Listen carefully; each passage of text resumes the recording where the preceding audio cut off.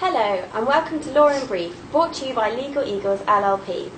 My name is Emma Proud and today I'm joined by Leandro Peixoto, Mark Tamayosa and Alex Ambrosek. Our topic for discussion today is music downloads. Advances in technology such as faster broadband have made it easier for people to access a wide range of music on the internet. We've seen increases of online sales of CDs and downloads of digital media. However, through such means as peer-to-peer file sharing, individuals are now able to make their music available for others to download from them for free. So why is this a legal issue? Well, the problem with making music available to others across the internet is that copies are made available without the copyright holder's permission. So what law would apply in terms of uploading and downloading music? This has been amended over the years, and the current legislation in the UK is the Copyright Design and Patent Act 1988. This is both a public and a private law. A case brought against a person who infringes copyright could be both civil or criminal. As soon as artists create a song in a permanent form, they have copyright of that work and can control the way in which that may be used. This includes making copies available to the public via internet. Copyright in the UK lasts for the lifetime of the creator plus 70 years. Okay, thank you. So is there any relevant EU law? The UK law has developed over the years in line with EU directives.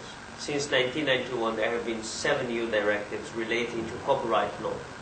The most recent, the Copyright Directive 2001, attempted to harmonize copyright legislation across the EU, particularly in response to changes in digital media and the growth of the internet. The UK implemented the regulations in the form of the Copyright and Related Rights Regulations 2003. And what were the key changes in relation to music downloading?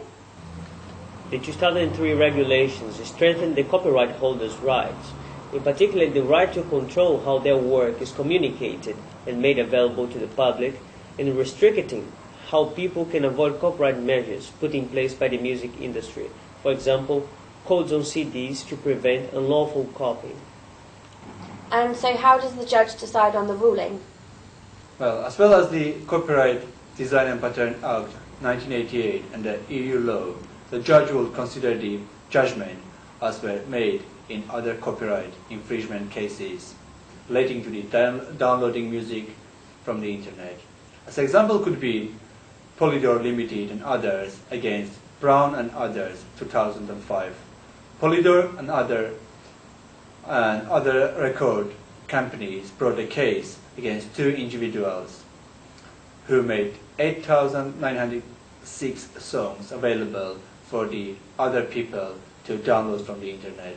This case was a civil dispute, and due to the legal importance of the case, was proceed in the higher court. The judge ordered the 2 men to pay damage to the British phonographic industry between 1,500 and 5,000 in damage. And how are disputes resolved if a person's copyright is breached?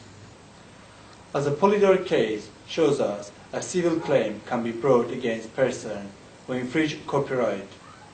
If it is a small, straightforward claim, it will be dealt with in the county court, and the defendant might be ordered to pay damage. If the amount of the claim is higher than 15,000, but the case is complex, the case will be sent to the higher court for judgment. However, cases of this nature are often settled out of the court in order to keep the cost down.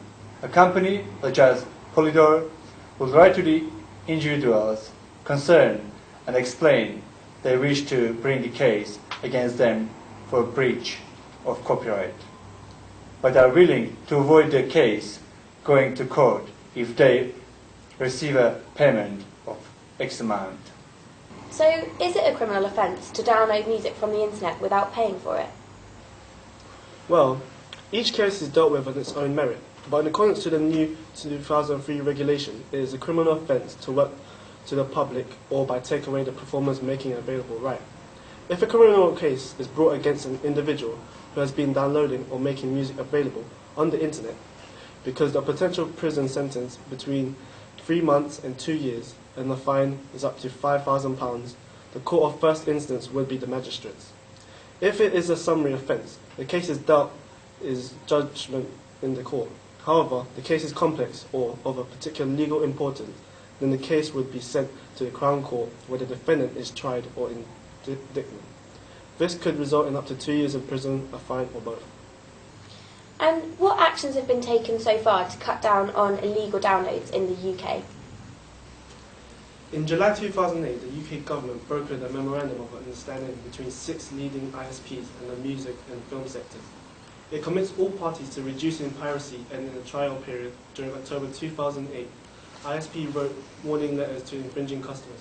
The development of legitimate download sites such as iTunes have embraced the concept of digital downloads in accordance with the artist's rights. Users are able to buy download music from a wide selection of tracks at a small fee. Amazon UK has recently launched a version of this model. Furthermore, sites offering free legal downloads such as Spiraphone in the USA have developed. These sites use peer-to-peer network to make songs available to its users. The sites work in partnership with the record companies to pay their royalties through advertising. The site monitors what songs people are downloading and then calculates how much the artist is owed. Thank you. And finally, what are the thoughts of our panel on the future for downloading music in the UK? The issue of downloading music without permission from the copyright holder still needs to be resolved. Denmark was the first place to have a permanent disconnection of the internet, working with internet providers if they caught a person uploading or downloading music. Following the UK MOU, we may see stronger ways of enforcement such as this in the future. Nonetheless, an independent review of the copyright law in the UK was conducted from December 2005 to December 2006 by Andrew Gower. The result of the report has shown that he is willing to keep the law as it is, but has a few recommendations, such as private copying exemption should be implemented into the copyright law, the copyright period of 50 years should be maintained and not extended to 95 years as in the United States. He also recommends that the EU directives allows for an exception of a creative, transformative or derivative works, as long as there is no clash between the sample used in the original works.